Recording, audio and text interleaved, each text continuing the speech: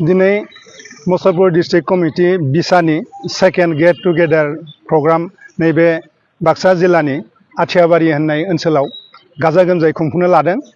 बेवहाय बिथांमोना डेलिगेट जथुमनायजों लोगोसे सिनियर आर्टिस्टफोरखौ मान बावनाय आरो मोनाबिलियाव देंखो मोनाबिलि प्रग्राम बायदिखौ लानानै दिनैनि बे सेकेंड गेट टुगेदर प्रग्रामखौ गाजा गोमजायै खुंनो लादों।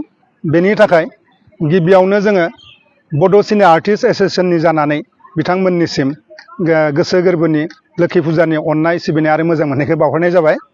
मिजिं थिदों दिनैनि बे हाबाफारिया जोबोद गाजा गोमजायै जाफुंसारगोन आरो दिनैनि बे हाबाफारियाव बेखौबो मोनथिनानै जोङो गोजोननाय मोनदों जे जोंनि मुंदांखा बर'नि मेथाइ खनगिरि जों बयनिबो आब' सुलेखा बसुमतारियाबो बाहागो लाफैगोन।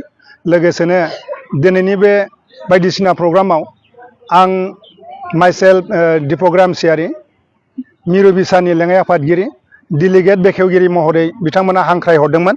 बे लेखा आं नुजाफैनो हाबाय आरो आंजों लोगोसे जोंनि मिरु बिसानिनो पाब्लिसिटि सेक्रेटारि बिथां देरासात नार्जारियाबो बे हाबाफारियाव बाहागो लाफैदों आरो जोंनि गाहाय नेहाथारि गुरु पबित्र बर' बिथाङाबो दिनैनि बे डेलिगेट सेसनाव बाहागो लाफैदों आरो मोनसे मोजां हाबाफारि बिथांमोना नाजावदों जे जायफोर मुसलपुर डिस्ट्रिक्ट बिसानिफ्राय मिरु बिसानि बायदिसिना एवार्ड फांसनाव बाहागो लानानै एवार्डी हिसाबै बिथांमोना रिकगनाइज मोनदों, बिथांमोनखौ मान बावनो लादों आरो मुसलपुर डिस्ट्रिक्ट बिसानि सिङाव थानाय सिनियर आर्टिस्टफोरखौबो बिथांमोना दिनै मान बावनो लादों आरो बेवहाय गाहाय आलासि महरै जोंनि बिसानि बोसोनगिरि बिथां फैलाजे बरगयारिखौ हांख्रायहरनाय जादों।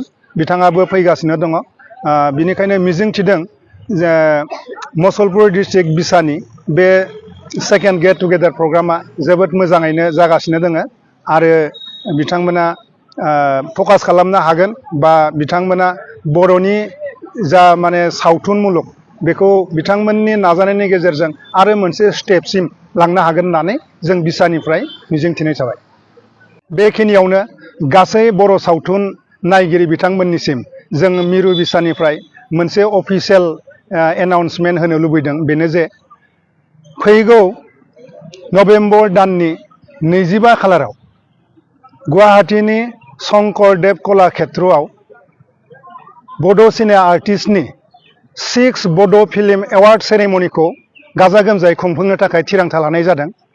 जाय हाबाफारियाव बलिउडनि लेजेन्ड एक्ट्रिस बा लेजेन्ड एक्टर पद्मिनी कलापुरी बिथाङा गाहाय आलासि महरै बाहागो लाफैगोन आरो आसामनि एबा एसामिस फिल्म इन्डास्ट्रिनि मुंदांखा प्रडिउसार डाइरेक्टर एक्टर लोगोसेनो आसामनि मानाव गेदेर दैदेनगिरि बिथांमोन, जोंनि बड'लेण्डनिफ्राय मानाव गेदेर चिफ प्रमद बर'जों लोगोसे गुबुन गुबुन बिबानगिरि बिथांमोनाबो दैदेनगिरि बिथांमोनाबो जोंनि जानो गोनां 25 नभेम्बरनि 6th एवार्ड बड' फिल्म फेस्टिभेल बेवहाय लैहोर लैहोर बयबो बाहागो लाहैगोन।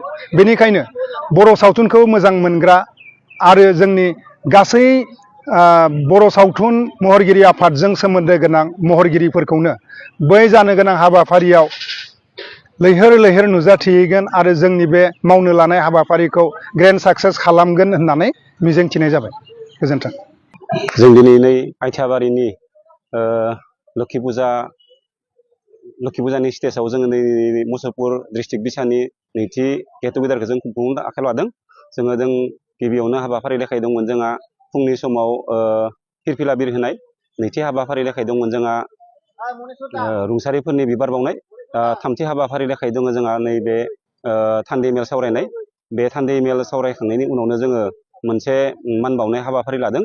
जोंहा थांनाय 2023 आरो 24 मायथाइयाव जायफोरा जोंनि बे मुसलपुर डिस्ट्रिक्ट कमिटिनिफ्राय जायफोरा फिल्म एवार्ड मोनदों बा बेस्ट एक्टर बेस्ट एक्ट्रिस बा सापर्टिं एक्टर जायफोरा एवार्ड मोनदों, जों बिथांमोनखौ जों दिनै मान बावगोन मुसलपुर डिस्ट्रिक्ट बिसाया। जोंहा हाबाफारि लेखायै दङ मान बावनाय समाव जोंहा फैलाजे बरगयारि फैगोन, जोंनिनो मिरु बिसानि बोसोनगिरि लोगोसेनो मोनाबिलि समाव जोंहा मुस्रिमा सुलेखा आब' फैगोन। लोगोसेनो जोंहा मेन्देला ब्रह्म बिथाङाबो नुजाथिफैगोन। लोगोसेनो हेलेना दैमारि बिथांमोना गोबां आर्टिस्टआनो नुजाथिफैगोन। दिनैयो मुसलपुर जिल्लानि बेन्दोङाव जायफोरा एक्टर एक्ट्रिस रोजाबगिरि बिथांमोन दङ बिथांमोनाबो गासैबो बाहागो लाफैगोन आरो जोंनि मिरु बिसानिफ्रायबो सोरबा जुदि गोसो गुदुं दङब्ला बिथांमोनाबो बाहागो लानो हागोन बा जोङो बिथांमोनखौबो सुखुबोनाय जागोन।